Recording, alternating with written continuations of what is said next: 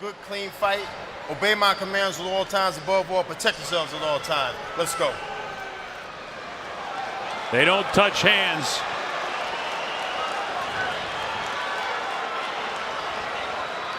Freddie 56 Roach. total wins. Go ahead, Rich, about Freddie. Yes, Freddie Roach has taught him one thing: how to break the will of his opponents, which he has done in the last 2 fights, and certainly most impressively against Lucas Matisse, whom he forced to quit. Can he do the same with someone as skilled as Bud Crawford?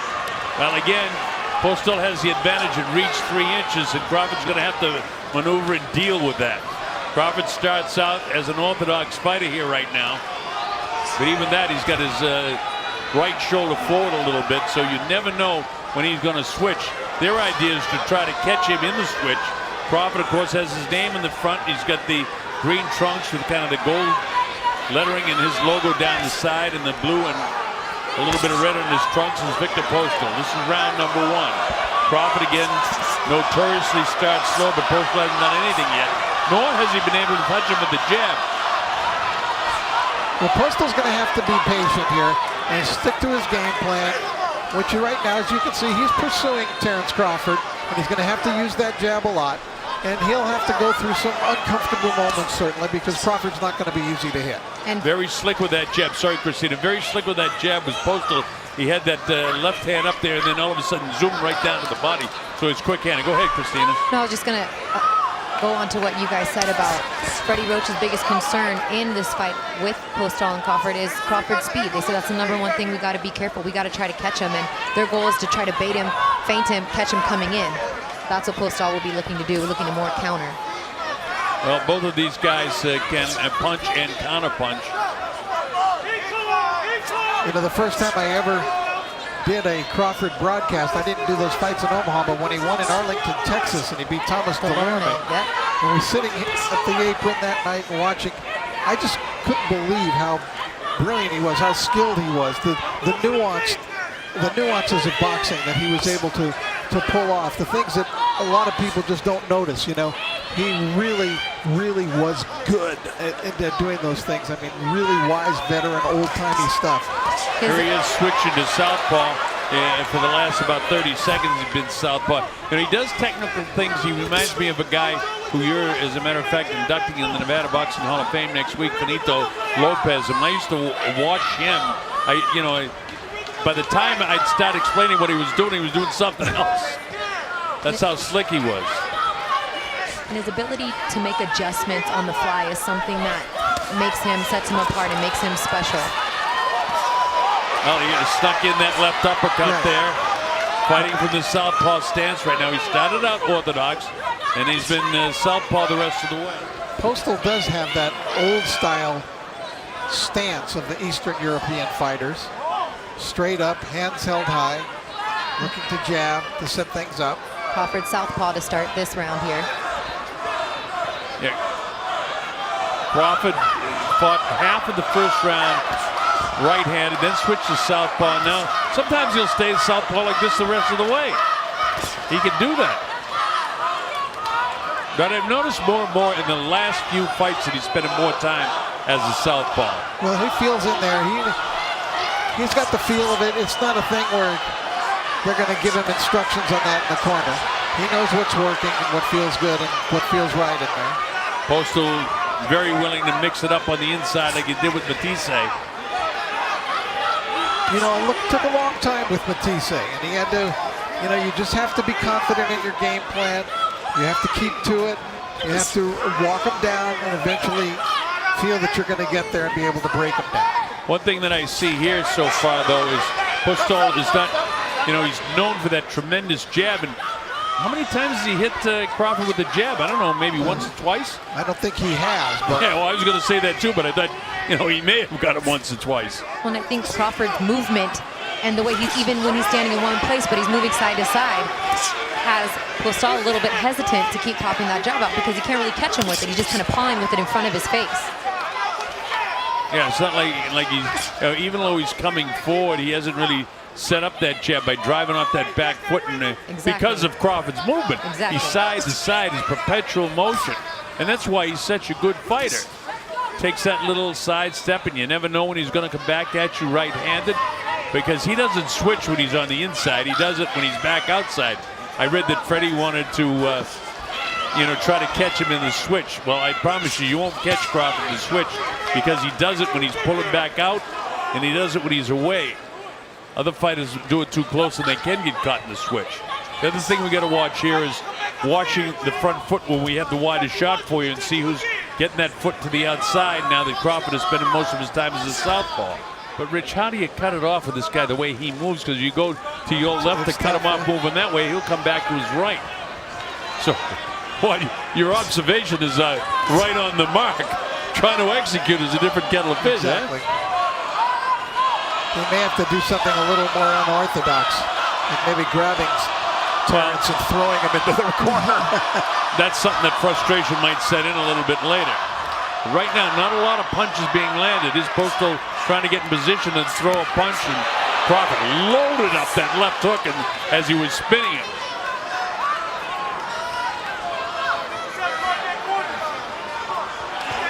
Actually, in the southpaw style, that's the right cross, and that's his power shot from this side. But he has equal power either way.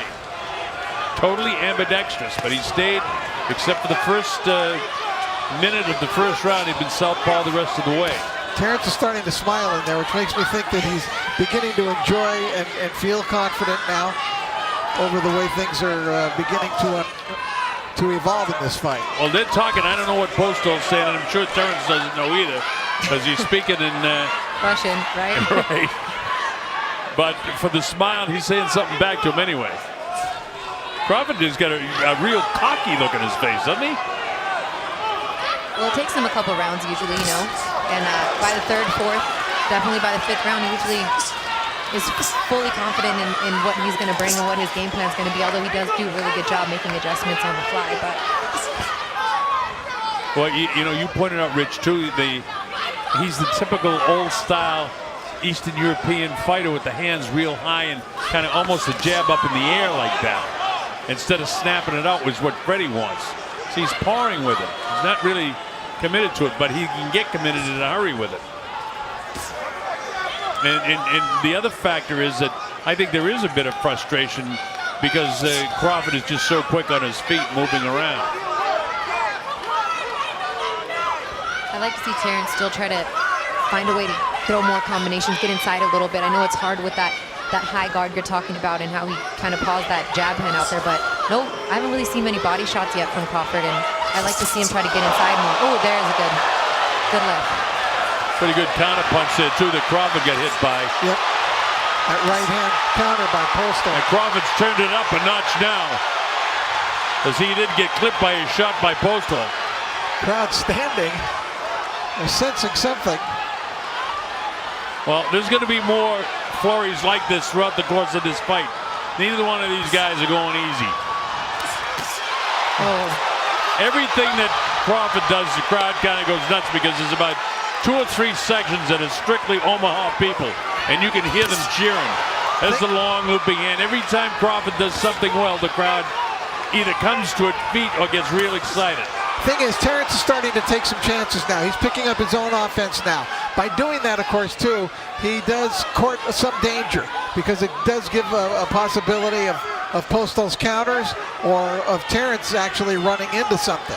Well, at the outset, I mentioned that Terrence notoriously starts slow, but he's in second gear right now. And if you're going to go full offense, and you're going to take a chance of getting clipped too, and that's what's happened in this round a couple of times. But with 40 seconds to go, Poostall hasn't won the round.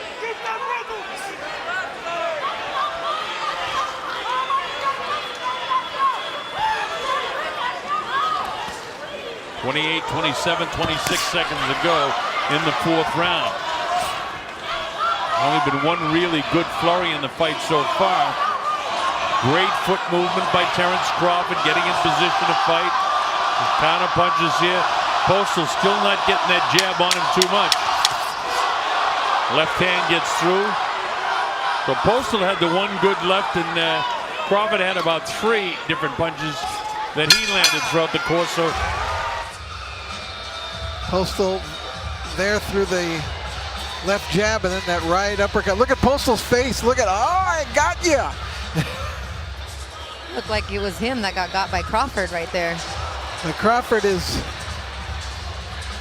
fighting a very smart fight so far. Manos de Piedras. Roberto Duran, one of the greatest lightweight fighters of all time, went on and moved up. But as a lightweight, he might be the greatest lightweight that ever lived. He's number 1 on my list. He's definitely number 1 on my list.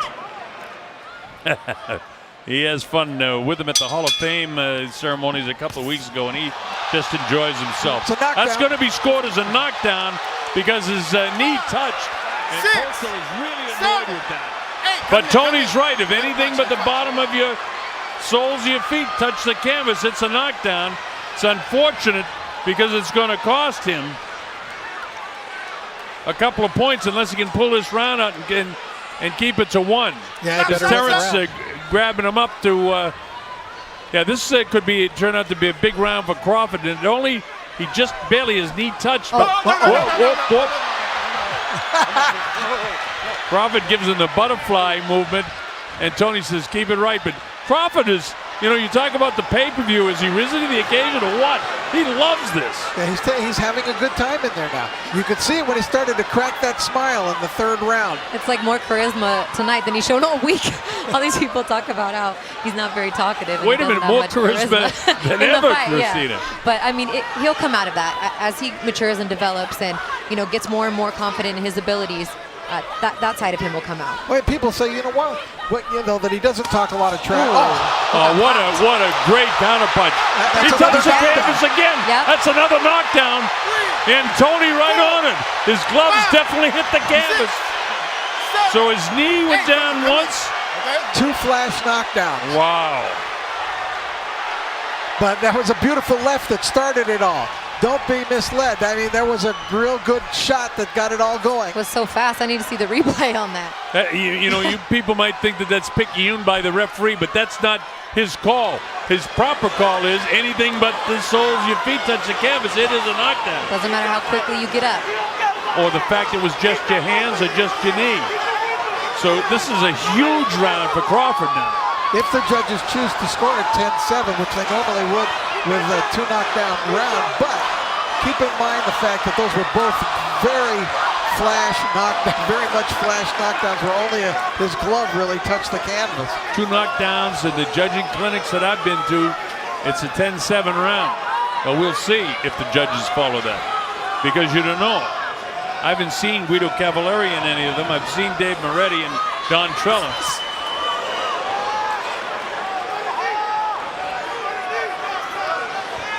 So 2 slight knockdowns with a knee touched and then the hands touched.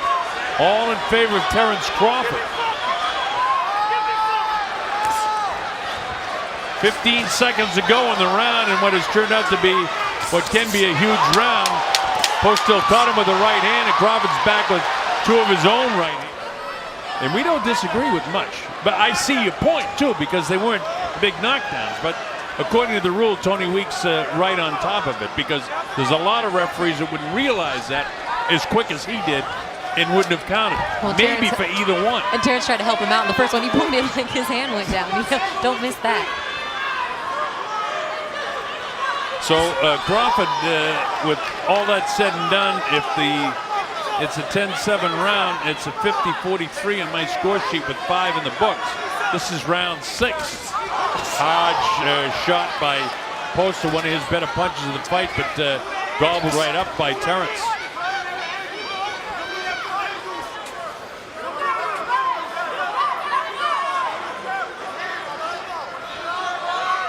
Some of those early rounds were hard to score, but I feel like these last 2 rounds, Terrence has really come on.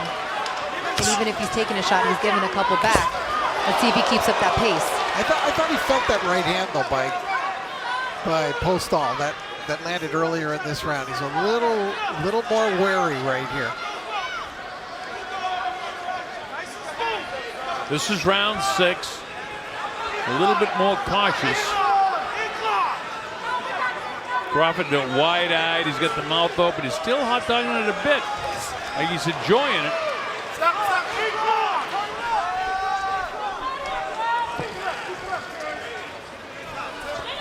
Poostal just has not hit him enough to slow him down at all. This is one of those slick things again. He feinted in with the left shoulder like he was going to throw a right hand, and then all of a sudden he lets the left hand go.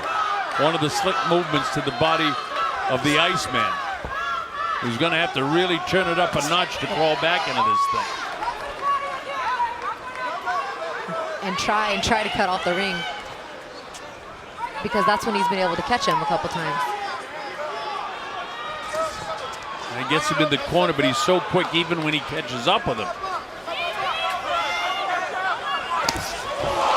Slick movement there. Pull that left shoulder back and cracked him with the right hand. Big difference in the scoring in this fight is that if in fact the judges gave it a 10-7 round in the 5th, and if possibly anybody could have scored a couple of the rounds, the first couple rounds that were fairly close, not much between them at all, that they might have given the other way. That isn't the way I see it. I get Crawford on the shutout right now. I think you're right on that, Colonel. I don't see how you could have given Poostal a round. Yeah, maybe one. There was a possibly. Yeah, I think around the 3rd round, I thought he did pretty well.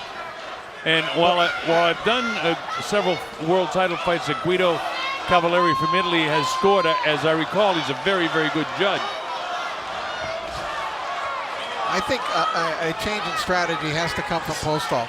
I think he's got to go reckless, and I think he's got to try to rough up Crawford if he can. Make it more of a mauling fight. Forget about boxing. But look at that. He thinks he's got him backed off in the corner. All of a sudden, his legs split. You don't know whether he's going to keep sliding to his right. In that case, he went around to his right when he get backed off into the corner. So, I mean, these are the things that Crawford is the ring general. Then he comes in, lunges. The Iceman bends over. He gets hit in the side of the head. See, that's that move, and it's frustrating Poostal. Crawford puts his hands up the eye. I'm an innocent little lad. He blasts the body. He's tough, too. You know, there's a lot of street.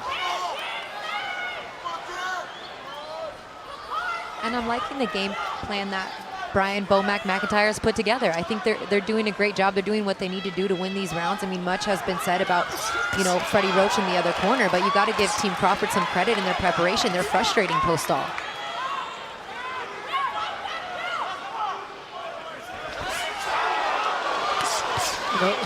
Victor has a reach advantage in this fight in terms of inches, and with his normally effective left jab, you would think that would really be a big part of the fight, but Crawford has completely taken the jab away from him. And that's with the movement. And he doesn't just go to his right and commit to his right. He'll take a couple of bounces to his right and then boom, right back the other way. Or he'll step with his left foot behind him. Then he'll plant like he just did then. And on top of that, not only can he not land the jab, Crawford has him totally frustrated. Crawford burst out. You laughing. go, I go. One of you has to throw. But that's very frustrating for the guy that's already had a couple of knockdowns scored that he probably doesn't believe either one of them should have been scored against him. I don't know how he could do it, but Poostal, I think, has just got to rush Crawford. Absolutely, Rich. Throw him into the corner, maul him if he can. Anything to try to mug him. Do something illegal. Yeah, throw it off balance. He's got to change the paradigm that we're witnessing evolve here. Now, Freddie asked him to throw some hard right hands to try to catch up with this guy. Look at this jab up in the air like this. Again, the typical Eastern European jab. But that's not the jab that Poostal's known for. It's not the jab we saw him against Lucas Matisse. Especially when it's a foot short of the target. And Crawford, meanwhile, is just trying to figure out where he can attack. That hand goes up in the air. He'll come downstairs with the body just like that. Yep. Oh, cracked him with a hard left hand. Off balance again. And that's why Poostal doesn't want to throw first. When Poostal gets hit, he goes off balance. It doesn't look like he's staggered, Rich, but he really goes off balance with that left hand. There it is again, and he falls away from it. Yeah, and so he is affected by the punch. Absolutely, he's affected by it. Let's see what Ternus did. The uppercut, left hand. I mean, you just don't know from whence he's coming, this guy. This is a brilliant, brilliant boxing. He wanted to showcase himself on pay-per-view. So far, so good. For Terrence Crawford. Now he's got him in a corner, but he waited too long. Get him in the corner, you better snap the trap, because Crawford won't be there. And if he's going to be there, he's going to be firing. In that time, spins around and he knows how to tie this guy up. The guy can't do anything with it. Postal now, it looks like he's got a little adrenaline flow right now. He lands a right hand, but it's partially blocked on the gloves. He didn't really catch his chin. No, but that was a pretty good punch. Yeah. It wasn't too far off the mark. He needs a little more of that. Well, that's what Freddie wants him to try to land, but again, easier said than done. They were a little slit by that left eye. You can't tell if Postal's left eye might have, and I guess not. This is what happened earlier. There was kind of humorous. That, come on, hit me. I'll throw. No, you throw. Come on. Gotcha. But then later on in the round, as you can see, that was actually behind the head. He cuffed him behind the head.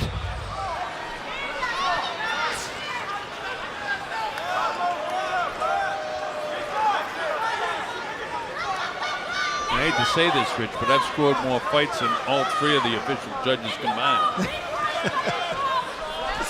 But the official judges. Their scores matter. Exactly. Now the fans are a little frustrated here. Yeah, this is not the type of action that we expected in this fight, but we didn't expect that Crawford would be so dominant in this fight. Picking his shots, but his defense has, been sensational in this fight.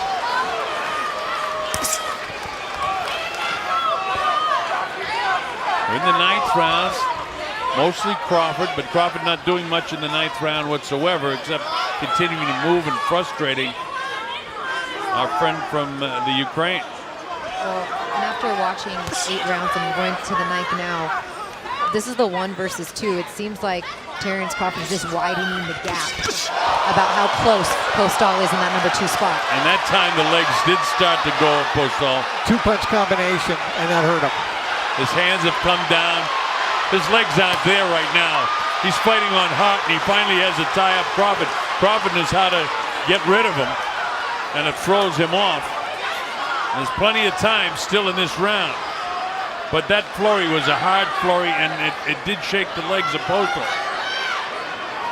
Crawford looking to land something heavy right now. Poostall, where's the jab that was supposed to be so effective?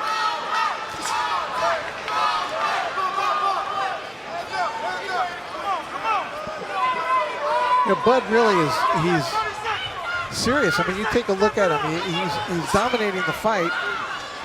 But you can see he has a healthy respect still for Poostall. Sure. Yeah, well, this guy's a very, very good fighter that he's in there with. Just everything has gone Crawford's way in this fight. Some by design and a couple of, strange sort of knockdowns. But that doesn't mean Poostall can't catch him. It's not likely right now the way Crawford is. I mean, they're both in magnificent shape. Look at the bodies of these two men. Poostall's got to be frustrated by Crawford. And it's not only the foot speed, but the hand speed has been significant too. And with the championship rounds now, this 10, 11, and 12 here, both of these guys being world champions, we knew this would be a fight of adjustments, and it just looks like Poostall, I don't know if he's just not listening to what Freddie's saying or he's just not able to make them, but that plan B has never come out. Well, he had the plan B where he wanted a lot more right hands. You try to throw him and he gets counterpunched by Crawford. I mean, he came in with the idea of trying to land jabs. This time he doesn't do it. He stays there and bends over and makes him go over his shoulder.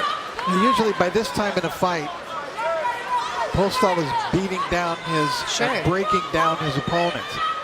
But he hasn't landed enough punches. I mean, Terrence Crawford looks like he could fight 20 rounds tonight. 25 rounds right at this pace. He's not getting hit enough for it to matter. He's hardly getting hit at all. Even then, with that double jab that he threw, you saw the perspiration and the water fly off the head of Poostall. You don't see that. Again, the jab is short. And another hard left hand. And remember, Crawford has fought this entire fight as a southpaw, except the first probably minute of the first round. Look at that. There's a straight left right down the middle on the right-handed fighter. The right hook, the straight left jab again. All these are, you know, these are fairly heavy punches, showing the conditioning of Poustol, but the frustration that he can't get to this guy at all. With 54, 53, 52 seconds left in the 10th round. Again, you know, he goes to throw the jab, and how quick Crawford is, he slides around that time to his right and bops him with the right hand as he goes. He didn't just move around to get away, so therefore I don't see him as running. Question is he doing enough that would stamp him as... Go ahead, Rich, with that thought. As somebody to fight Manny Pacquiao in November. Well, that's supposed to be one of the gifts. You know, that's another. Can Pacquiao come up with another sensational fight like he did against Timothy Bradley?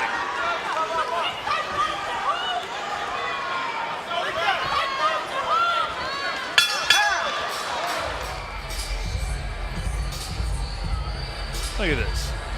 And he does a nice job, Terrence, of being able to back off, lure a guy forward toward him, and then quickly catch him coming in. Nobody has really been seriously shaken in the fight. Poustol was down twice, but again, it was just a knee touched the canvas, and when he kind of dragged his toe, he went down. The second one was more definitive, but only his gloves touched the canvas. But Tony Weeks did exactly the right thing under the rules of the Marquess of Queensberry. And this has to say a lot about Terrence Crawford. If this was a 50-50 fight, and this was 1 versus 2, and the very best 2 at 140, which everybody believes that it was, and he's beating him handedly round after round, how good is Terrence Crawford? Well, or is Poustol not as good as we thought he was? He's looking like a 5-1 favorite, which is what he was. Poustol, he's fighting like it. You know, 28. No, he's a good fighter, and we saw him against Batiste, who was an excellent fighter, and he handled him. But he just hasn't been able to do anything with Terrence Crawford. Crawford still, that's a slick punch every time. That supposedly great jab, and it has been a great jab up until tonight. As that hand comes down now, the right hand of Crawford is over it. It's so much quicker than Poustol, who holds it way up there, and then he drops it just a bit. And as Terrence moves to his right, he's able to score at will with the right hand. He just lures you in on him, and he gets you to stick your chin out. And he's in the zone. He's in the zone right now. I mean, don't forget, his right hand is his jabbing hand, but I mean, this guy, for all practical purposes, can fight as a right-handed fighter too, so he's got plenty of power in his right hand. This is what makes him so good. And there, he bends down, he grabs, he starts talking in his ear. Totally frustrating this guy. Poustol is a very frustrated fight. That time, one of the few times you see the uppercut. And you're coming in. How frustrated are you going to be, Rich, when you don't know, man, every time I try to do something, nothing works. He reaches that time with his right hand. Freddie asked him to throw more right hands back 4 or 5 rounds ago, but nothing successful. But see, he's kind of waltzes into his guy, and here he is. Poustol's going for knock, and Crawford knows how to get out of there. Poustol's just got his ears back, and this is going to be a brawl to the end now. And this is what we expected a lot more of. But even then, when he comes in, he gets bopped by that right hand of Crawford. Crawford moves, he feints him, he gets the guy to jump. Yeah, but so much in his arsenal. Sorry, Rich. But so what if you're Poustol? Take some chances. Go in there, rush in. If you get hit, you get hit. You get hit anyway. Oh, I agree with you 100%. Take your shot. Do anything you can do. Hit him behind the head again. Take the loss of the point. You got to try and knock this guy out. Nothing that he's done to this point in the fight has worked, and the only thing that can work is a knockout. We've had strange knockouts in the final round. Remember Michael Moore winning every second of his fight against George Foreman? And Chavez Jr. almost pulled it off against Sergio Martinez when he lost every round practically. And Chavez Sr., he had a very controversial win when Richard Steele stopped the fight. Although to this day, if you see Meldrick Taylor, we know that was right. Poostall is into this thing now. He caught Crawford with a good right hand, but he's backing off. There's only about a minute to go in this fight. Now Crawford saying, come on, I'll fight you. So fight him. Crawford doesn't have to do this. Oh, he hit him right with the button right. with a hard shot on the inside with that right hand. Now Crawford wants to make a point right now. This is the type of fight we thought we'd see all along. By doing Crawford saying, no, you can't do anything with me. Sticks the tongue out. How frustrated is Poostall? A good fighter. And Crawford has just made him look almost hapless tonight. Well, some people won't like that very much and what he's doing. That's all right. He's won almost every round of this fight, and rightfully so. Took away everything that Poostall had going for him. Poostall clipped him, and he was trying to make a point. Great movement by Crawford. 14, 13, 12. Inside of 10 seconds to go now in the fight. This has been a brilliant fight for Crawford, no matter what anybody says. This is a brilliant fight. He nails him, almost dropped him. And that's it, it's all over. Look at the smile on his face. You said almost every round, Christina, I gotta win in every round. Ladies and gentlemen, here at the MGM Grand of Las Vegas, we go to the scorecards. Guido Cavallari and Don Trolla both scored at 118-107. Dave Moretti, 117-108. All to the winner by unanimous decision. And now both WBC, WBO light welterweight champion of the world, the Fighting Pride of Omaha, Nebraska, Ternus.